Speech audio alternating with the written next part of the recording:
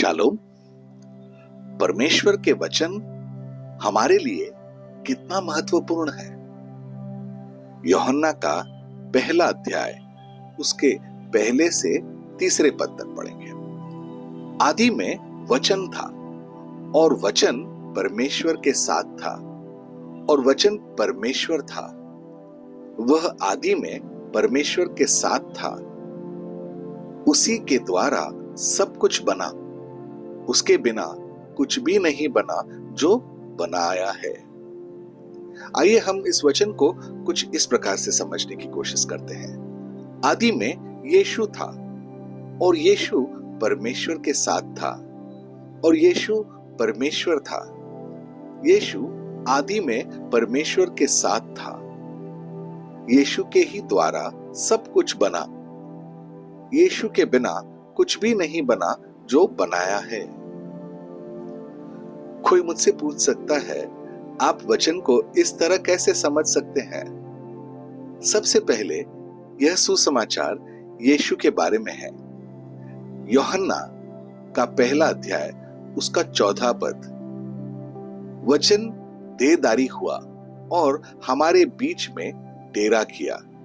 हमने उसकी महिमा देखी, अर्थात पिता से उत्पन्न एकलौते पुत्र की महिमा, जो अनुग्रह और सच्चाई से परिपूर्ण है।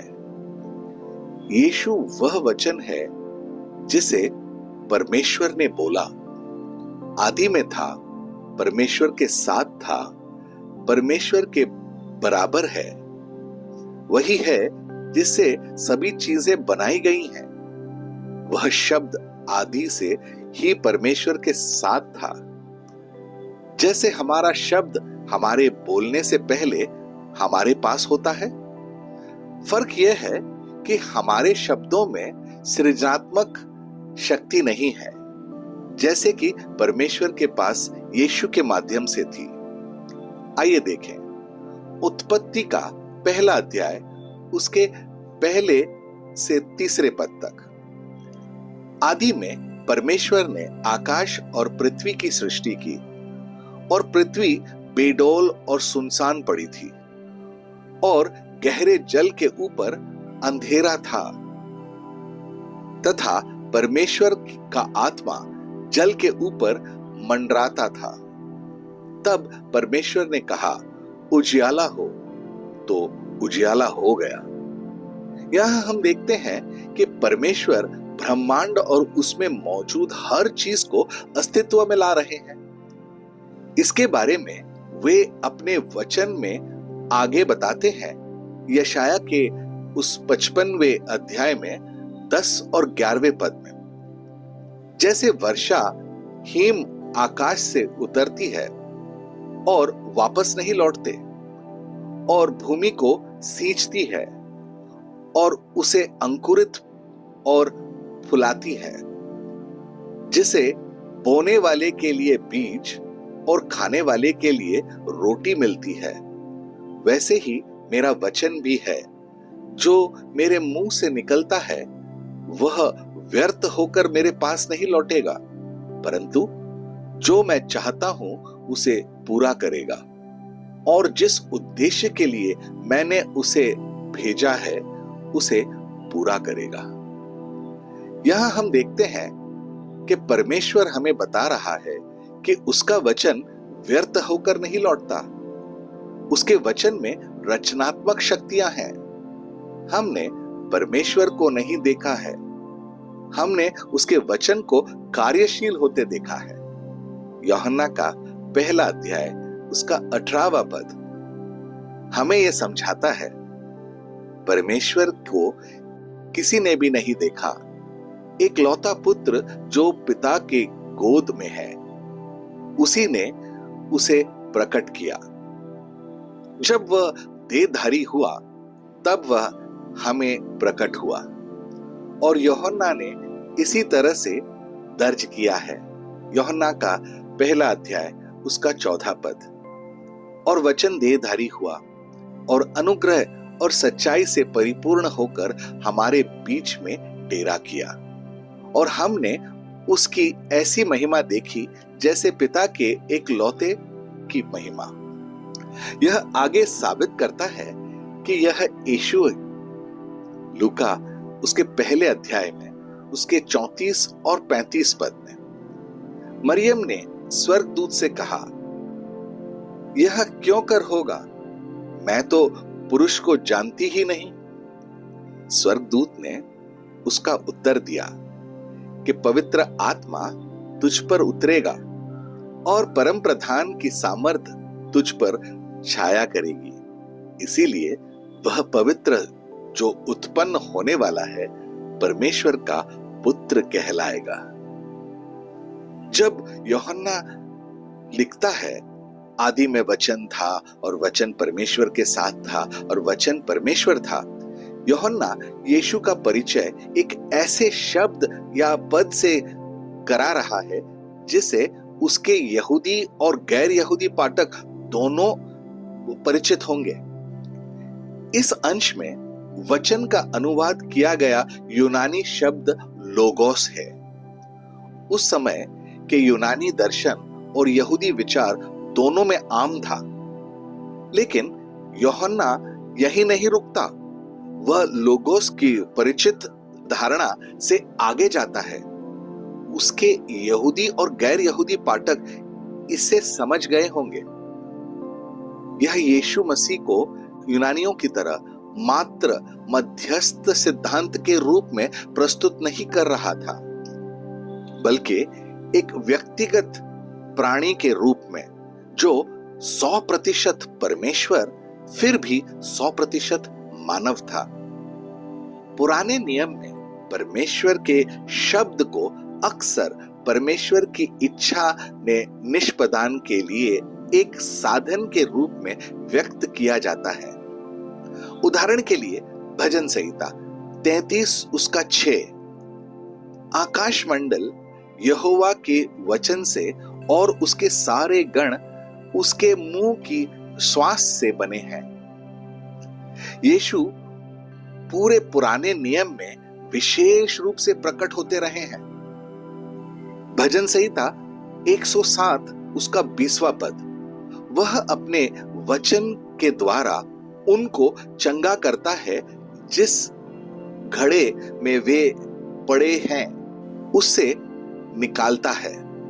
परमेश्वर अपने वचन के माध्यम से क्या कर रहा है, इसका एक और प्रमाण भजन संहिता उसका 147 उसका 15 से लेके 18 पद तक, वह पृथ्वी अपने आज्ञा का प्रचार करता है, उसका वचन अति वेग से दौड़ता है, वह उनके सामान हिम गिराता है और राख की नई पाला बिखेरता है, वह बर्फ के टुकड़े गिराता है, उसकी की हुई ठंडे को कौन सह सकता है, वह आज्ञा देकर उन्हें गलाता है, वह वायु बहाता है, तब जल बहने लगता है। और इसीलिए यूहन्ना सही है जब वो वचन को आदि से बताता है, और वचन परमेश्वर है। यीशु परमेश्वर का केवल एक साधारण रहस्य दोघटन नहीं है, वह देह में परमेश्वर का एक पूर्ण रहस्य दोघटन है। उन्होंने फिलिपुस से यह कहा जब उसने यीशु से उन्हें पिता दिखाने के लिए कहा। यूहन्ना का 14 अध्याय उसका 9वां पद। यीशु ने उससे कहा, हे फिलिपुस, मैं इतने दिन से तुम्हारे साथ हूं और क्या तू मुझे नहीं जानता? जिसने मुझे देखा है उसने पिता को देखा है। तू क्यों कहता है कि तू पिता को हमें दिखा? जो कोई भी कहता है कि वे ईसाई हैं, वे वचन के कारण मसीह को जानते हैं और उनके पास जो भी फल, उपहार, वादे और लाभ हैं, वे वचन के कारण हैं। फिर भी कुछ ऐसे भी हैं जो स्वीकार करते हैं कि वे विश्वास करते हैं मसीह में, लेकिन उसके वचन को पढ़कर उसका पालन नहीं करते। यीशु ने कहा, यदि तुम मुझसे प्रेम करते हो तो मेरी आज्ञाओं को मानोगे। हम कैसे जान सकते हैं कि यीशु ने हमें क्या आज्ञा दी है? वचन को पढ़कर और उस पर मनन करके। हम अपने पेट की पूर्ति के लिए दौड़ रहे हैं, लेकिन यीशु ने शैतान को उत्तर दिया जब वह यीशु को भोजन के साथ लुभाने की कोशिश कर रहा था। तो मसीह ने उसे जवाब दिया कुछ इस तरह, मत्ती के 4 अध्याय उसके 4 पद में। उसने उत्तर दिया कि लिखा है कि मनुष्य केवल रोटी से ही नहीं परंतु हर एक वचन से जो परमेश्वर के मुख से निकलता है जीवित रहेगा। क्या हम परमेश्वर के वचन को पढ़ना और उस पर मनन करना शुरू करेंगे? आइए प्रार्थना करते हैं। प्रिय प्रभु यीशु, मैं आपको मेरी सभी समस्याओं का समाधान होने के लिए धन्यवाद देना चाहता हूं। लंबे समय से मैं ऐसे उत्तरों और समाधानों की खोज में रहा था जो दुनिया के दर्शन शास्त्र में नहीं थे। मुझे अपने और आकर्षित करने के लिए मैं आपको धन्यवाद करता हूं। जब मैं आपका वचन पढ़ता हूं तो मुझे ऐसा अनुभव होता है कि आप मेरे सामने खड़े होकर मुझसे बोल रहे हैं। आपने मुझे बहुत सी बातें सिखाई हैं। मैं सोचता था कि मैं तुम्हें जानने से पहले जी रहा था, लेकिन मैं गलत था। मैं केवल लक्ष्यहीन था। आज आपने मुझे एक उद्देश्य दिया है। आज मेरे पास उत्तर हैं। मैं जानता हूं कि जीवन में मेरा क्या उद्देश्य है। मैं जानता हूं कि मैं कहां से आया हूं और कहां जा रहा हूं। आपके वचन ने मुझे उस पाप से अवगत करवाया जिसमें मैं जी रहा था। आपके वचनों ने मुझे पश्चाताप करके मन फिराने के लिए प्रेरित किया। जब मैं प्रभु यीशु के सामने टूटा हुआ और खाली खड़ा था, तब आपने मुझे भर दिया और मुझे मित्र कहा था। आज मैं आपका आभारी हूं। आप सच में एक अद्भुत मित्र हो, जिसने मेरे लिए मित्रता की परिभाषा बदल दी। जब मैं पाप से गंदा और बदसूरत था, तब आप मेरे साथ खड़े रहे और मुझे अपने वचन के जल से नहलाया और मुझे धार्मिकता के वस्त्र पहनाए। अब प्रिय मित्र यीशु, मेरी सहायता करो कि मैं धार्मिकता के इन वस्त्रों को कभी ना खोने पाऊं। जब तक आप मुझे वापस घर नहीं बुलाते, तब तक मुझे प्रतिदिन आपके वचन में निहित रहने में सहायता करो। यीशु, मैं आपके शक्तिशाली और अनमोल नाम में यह प्रार्थना करता हूं। आमीन और आमीन। अपनी दिन की शुरुआत प्रभु यीशु से करें। सब्सक्राइब कीजिए, नोटिफिकेशंस ऑन रखिए और ये दैनिक भक्ति आपको रोज मिलेगी। धन्यवाद।